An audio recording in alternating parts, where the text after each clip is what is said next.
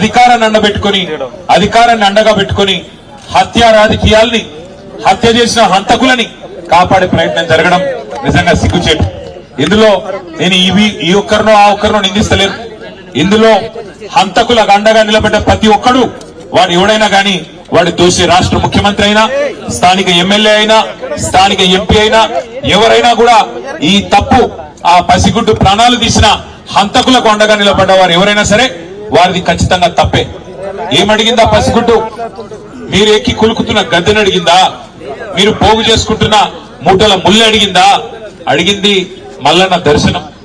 దర్శనానికి పోతా అంటే ఇవాళ కులం పేరుతో దూషించడమే కాకుండా గణేష్ మీద దాదాపు 20-25 మంది దాడి చేసి తన్నినంత చోట తన్నకుండా తన్ని చివరికి ఆ తమ్ముడిని ఇబ్బంది పెడితే, అన్నా ఈ పసిగుడ్డు ముఖం చూసన్నా ఇడిచిపెట్టానన్నా, మావాడు ఒక్కడున్నాడు, మీరు 20 మంది తంతున్నారని చెప్పి ఆ అమ్మాయి మౌనిక వచ్చి ఆ పసిగుడ్డునన్న ముంగట పెడితే దయగలుగుతుందేమో, మానవత్వం అనేది ఉంటే మనిషిలో ఆ పసిపిల్ల ముఖం చూసన్నా ఊకుంటారేమో అని చెప్పి ఈ అమ్మాయి మౌనిక వచ్చి వాళ్ళని ప్రాధేయపడ్డది, బతిమలాడింది.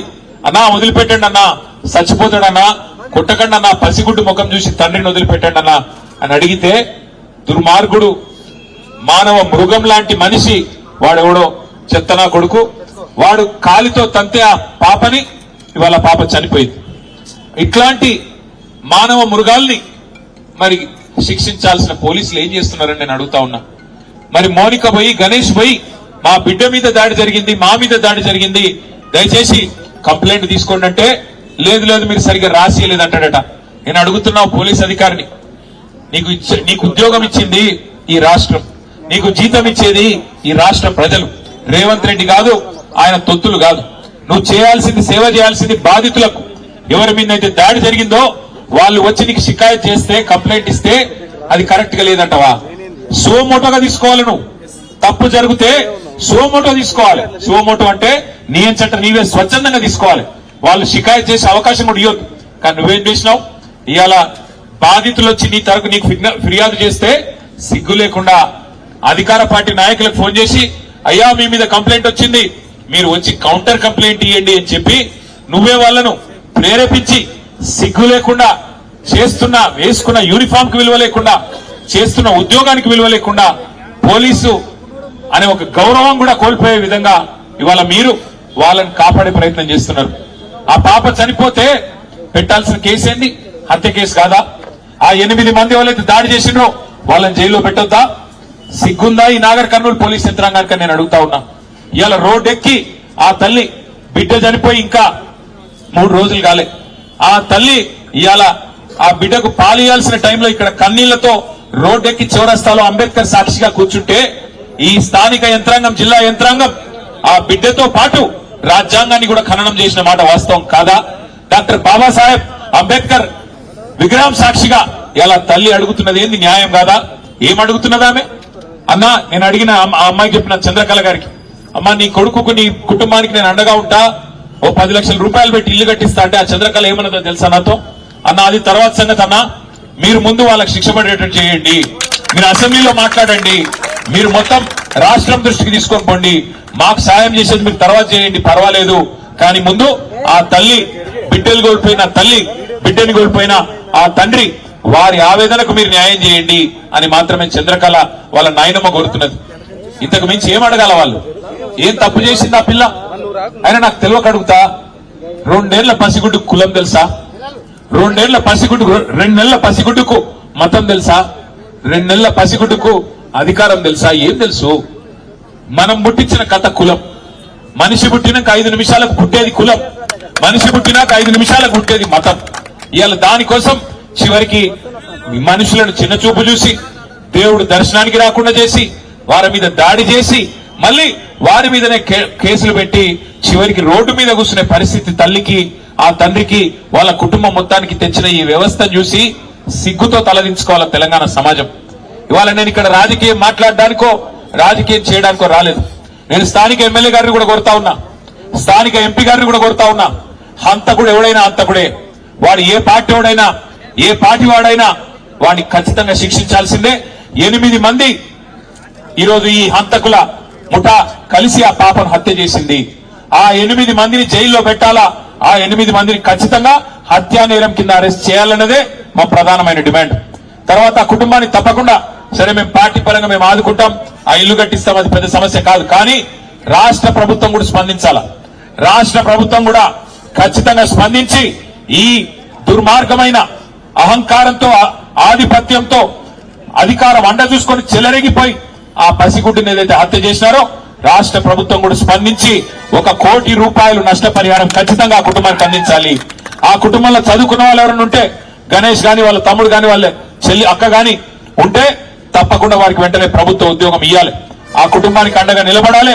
ఆ అమ్మాయిని, ఆ పసిగుడ్డును, 2 నెలల పసిగుడ్డును, పొత్తిళ్లలో ఉన్న పసిగుడ్డును హత్య చేసిన హంతకులను ఖచ్చితంగా శిక్షించి జైల్లో వేయాలి, అవసరమైతే ఉరి శిక్ష చేయాలి తప్ప వదిలిపెట్టొద్దని నేను కోరుతా ఉన్నా.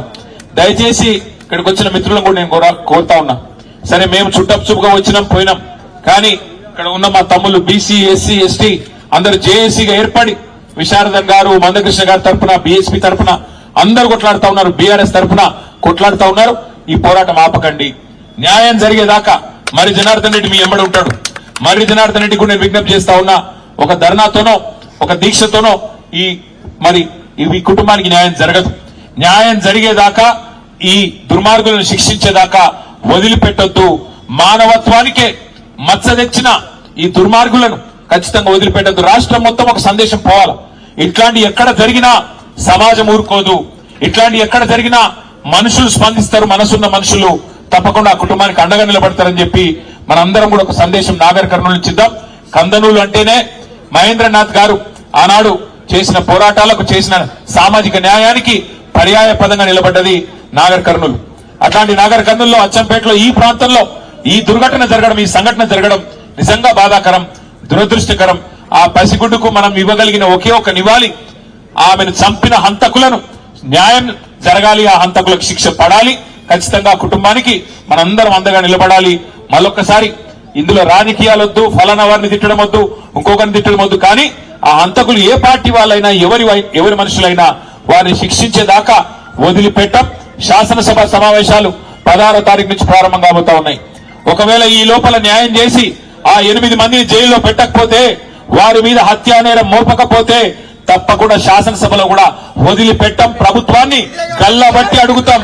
శాసనసభలో, శాసన మండలిలో ఖచ్చితంగా నిలదీస్తాం. వదిలిపెట్టమని చెప్పి కూడా ఆ కుటుంబానికి ఆశ్వాసన ఇస్తూ, మరి ఆ కుటుంబాన్ని కూడా నేను కోరుతా ఉన్నా, మీరు దయచేసి ధైర్యం కోల్పోకండి. మీకు అండగా మేము ఉంటాం, ఎక్కడ వదిలిపెట్టి పోము. మరి జనార్దన్ రెడ్డి గారు మా పార్టీ తరఫున అనుక్షణం మీ కంటికి రెప్పలాగా కాపాడుకునే బాధ్యత మరి జనార్దన్ రెడ్డి గారికి నేను అప్పచెప్తా ఉన్నా. మళ్ళీ ఇల్లు కట్టించి ఆ ఇంట్లో కూడా పాలు పొంగించే కార్యక్రమానికి నేనే వస్తా, వచ్చి తప్పకుండా మీకు అండగా నిలబడతా అని చెప్పి కూడా గణేష్ కు, అదేవిధంగా చంద్రకళ గారికి, మౌలిక గారికి, వారి సోదరికి, వారి తమ్ముడికి కూడా మళ్ళొకసారి తెలియజేస్తూ పత్రికా మిత్రులను కూడా నేను కోరుతా ఉన్నా. ఈ రోజు ఈ సంఘటన, ఈ 2 నెలల పసిగుడ్డు నిజంగా ఒక ఎమ్మెల్యే బిడ్డనో, ఒక ఎంపీ బిడ్డనో, ఒక రాజకీయ నాయకుడి బిడ్డనో అయితే ఇట్లే ఉంటుండే ఇవాళ స్పందన అధికార యంత్రాంగం. మీరు కూడా ఆలోచించండి, మీడియాలో కూడా చూపెట్టండి. ఒక సామాన్యుడు కదా, గొంతు లేదు కదా, గణేష్ కదా, ఆయనకి ఎవడున్నాడు అని అనుకుంటున్నారేమో. ఇంతమంది నిలబడ్డం ఇవాళ రాజకీయాలకు అతీతంగా భవిష్యత్తులో కూడా నిలబడదాం. తెలంగాణ సామాజిక చైతన్యాన్ని చాటుదాం. తెలంగాణ సమాజంలో కులము మతం పిచ్చి లేదు. మన దగ్గర ఇంకో వేరే రాష్ట్రంలో ఉన్నట్టు కులం మతం పేరు మీద రాజకీయాలు లేవు. అదే పద్ధతుల్లో మనం భవిష్యత్తులో కూడా నడవాలా. ఇక్కడ అందరూ ఒకటే, అందరి ఓట్లో ప్రవహించేది గదే రక్తం, అందరికి ఉన్నది గదే గుండె, గదే కాలేయం అన్నట్టుగా అందరం కలిసికట్టుగా ఆ కుటుంబానికి కులాలకు అతీతంగా నిలబడదాం. అది మర్రి జనార్దన్ రెడ్డి అయినా, లేకపోతే విశారదన్ అయినా, మందకృష్ణ అయినా, బీఎస్పీ అయినా, కేటీ రామారావు అయినా, ఎవరైనా అందరం మనుషులమే. అందరం ఇవాళ ఒక తండ్రిగా చెప్తా ఉన్నా నేను. నిజంగా తల్లడిల్లిపోయింది వార్త చూసిన తర్వాత, గుండె తల్లడిల్లిపోయింది. 2 నెలల పసిగుడ్డును తనడానికి మనిషి అనేటానికి మనసు వస్తుందా? వాడు మానవ మృగమా, ఇంకోటి వాడు బయట ఉండాలనా అటంటోడు? అందుకే నేను అంటున్నా, ఇక్కడ కులం లేదు, మతం లేదు, ఏది లేదు. ఆ తల్లికి, ఆ కుటుంబానికి న్యాయం జరగాలి. జరిగేదాకా మనం వదిలిపెట్టొద్దని మీడియాను కూడా ప్రత్యేకంగా కోరుతూ, ముఖ్యంగా నాగర్ కర్నూలులో ఉండే చైతన్యవంతమైన ఈ ప్రాంతం, గోరే టెంకన్న లాంటి మహా ప్రజా కవులు పుట్టిన ఈ ప్రాంతం, అట్లాంటి ఈ ప్రాంతంలో ఈ దుర్ఘటన జరగడం అందుకే చాలా చాలా బాధాకరం. న్యాయం జరిగేదాకా ఆ కుటుంబానికి అండగా నిలబడదామని మళ్ళొకసారి మీ అందరికీ విజ్ఞప్తి చేస్తూ, వాళ్ళ కదిలి వచ్చిన ప్రతి ఒక్కరికి తప్పకుండా మరి